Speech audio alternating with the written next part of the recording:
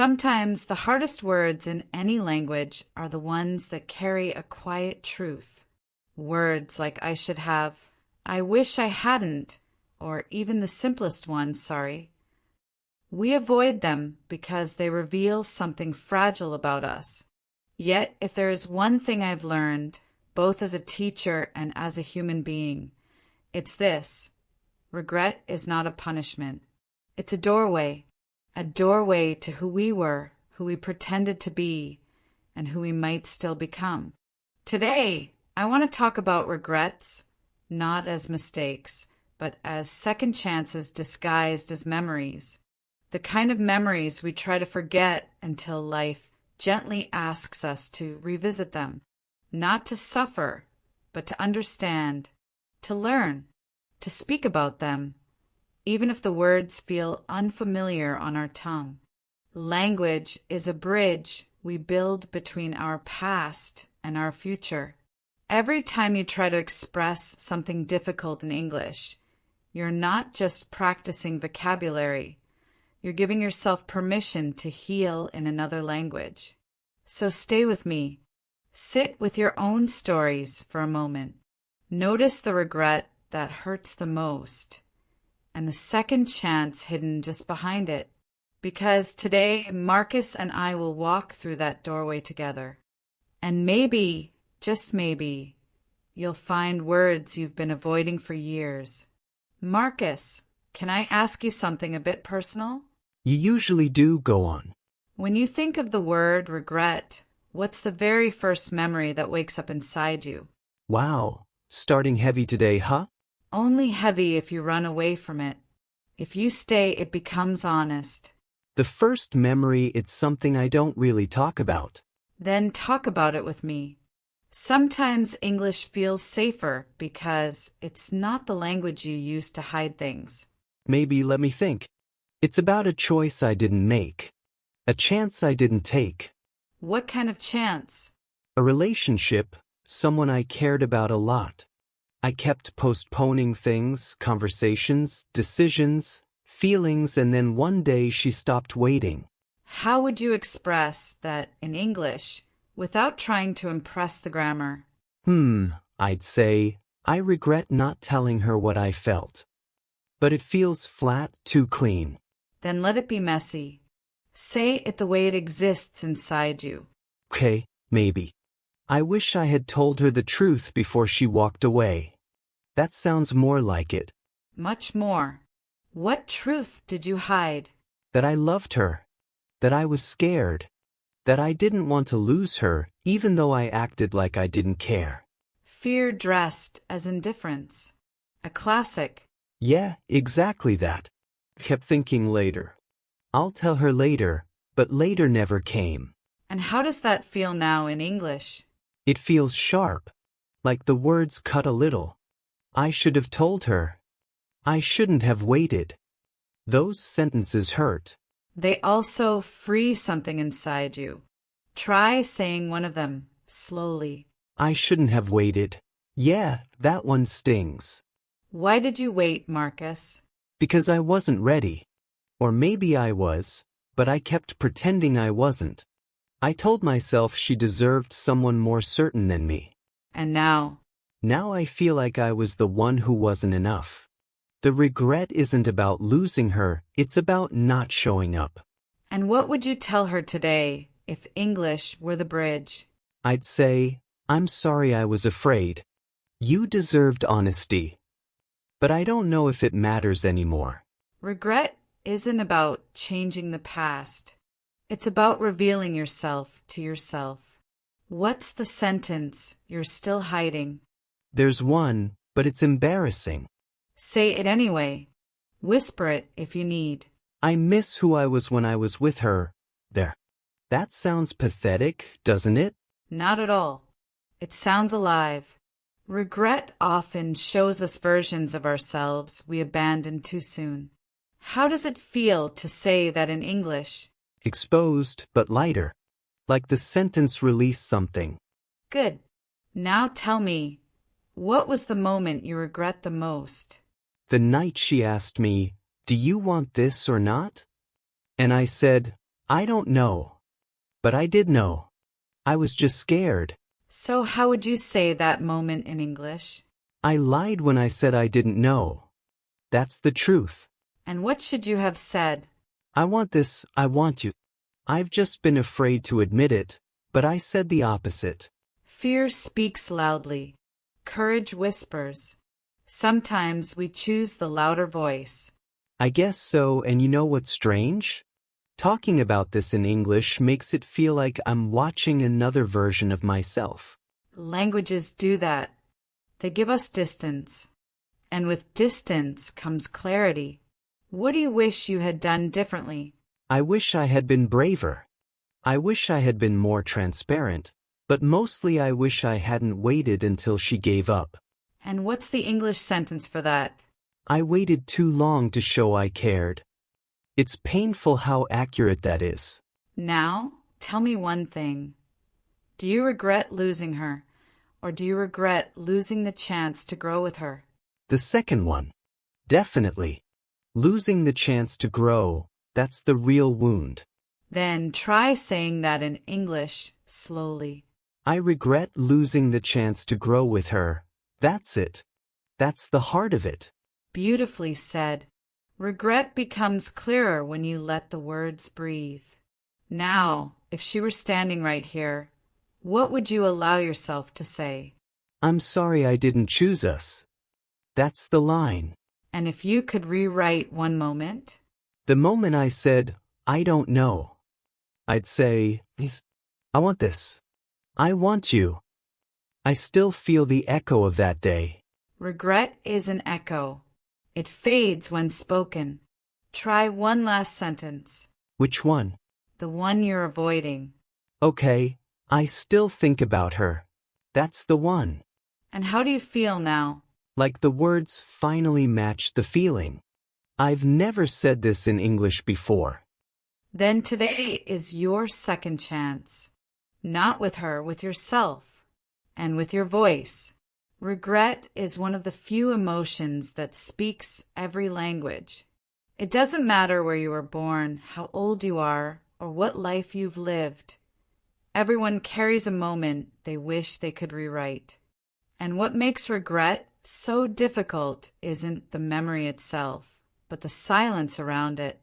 We avoid talking about it because naming a wound makes it real. And yet, the moment we speak it, even in a foreign language, something shifts. When you try to talk about regret in English, you're not just translating a feeling. You're confronting it. You're saying, I'm ready to look at this. Even if the words come out shaky, even if the sentences feel incomplete, that courage is what transforms a memory into meaning. I've always believed that English, or any language, becomes softer when you let it hold something vulnerable.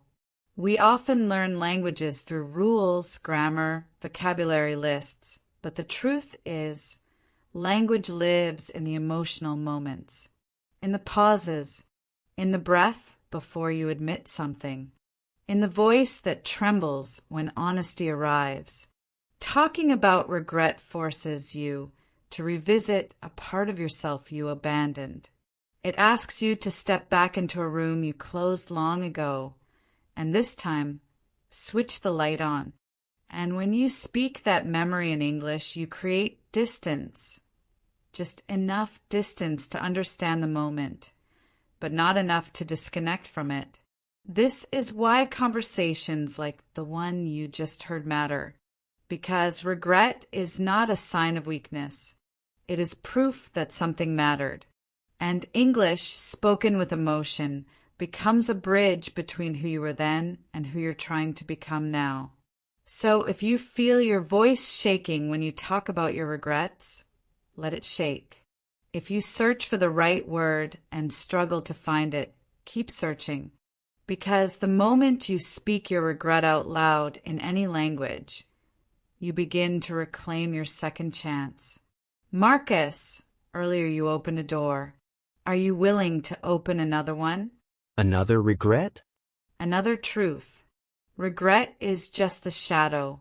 The truth is the light behind it. Alright, I think I have one more. And this one feels different. Different how? T's not about someone I loved. It's about myself. Something I ignored for too long.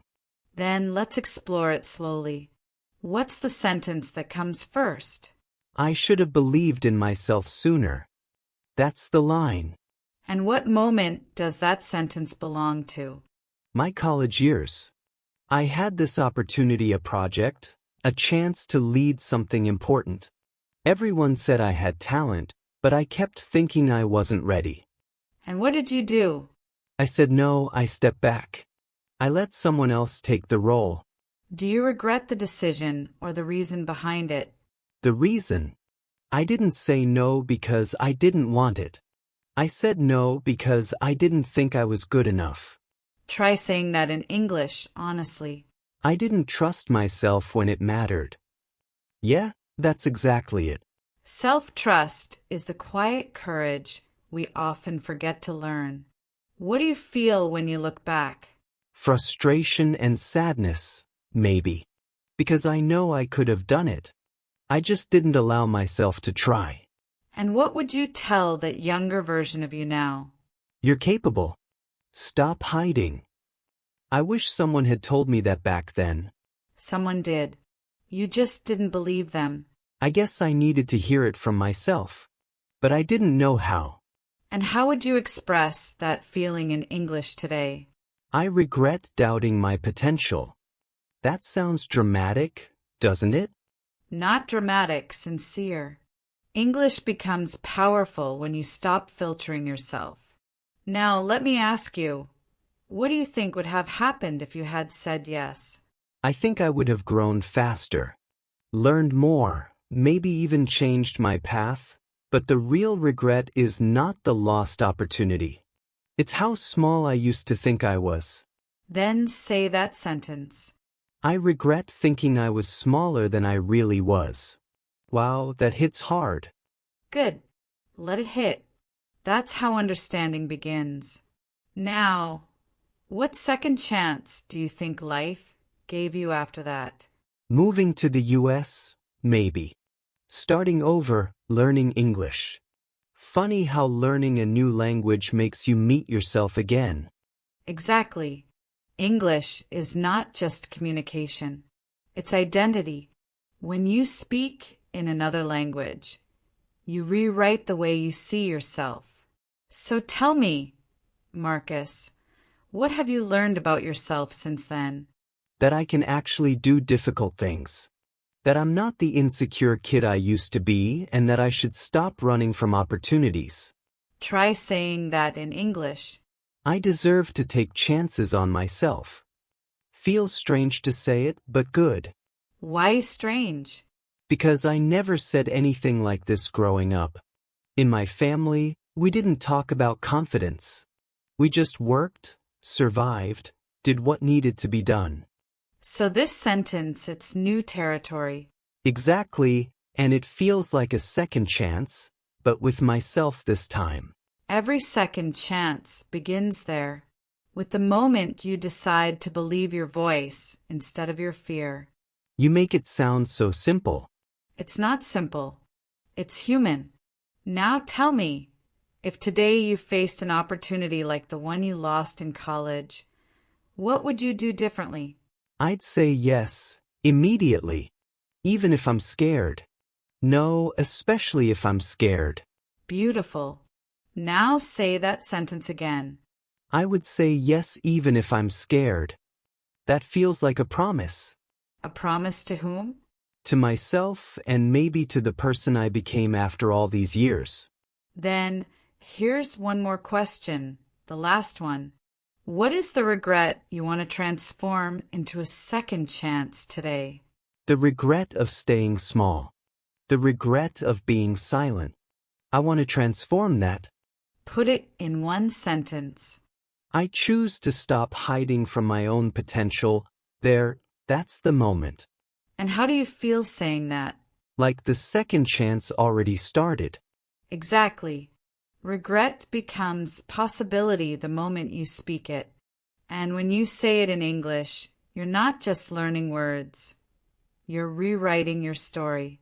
There is something quiet and extraordinary about second chances. They rarely arrive with noise. They appear in the smallest moments, in a word you finally dare to say, in a truth you allow yourself to admit, in the sentence that trembles but still comes out.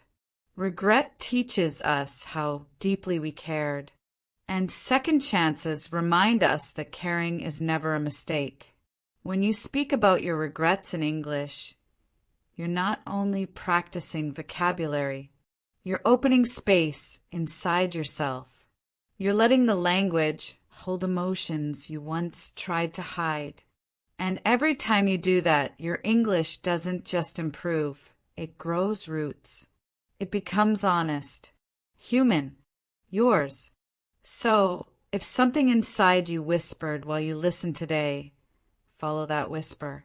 Let it guide you toward the conversations you've postponed, the feelings you've avoided, the courage you've been saving for later.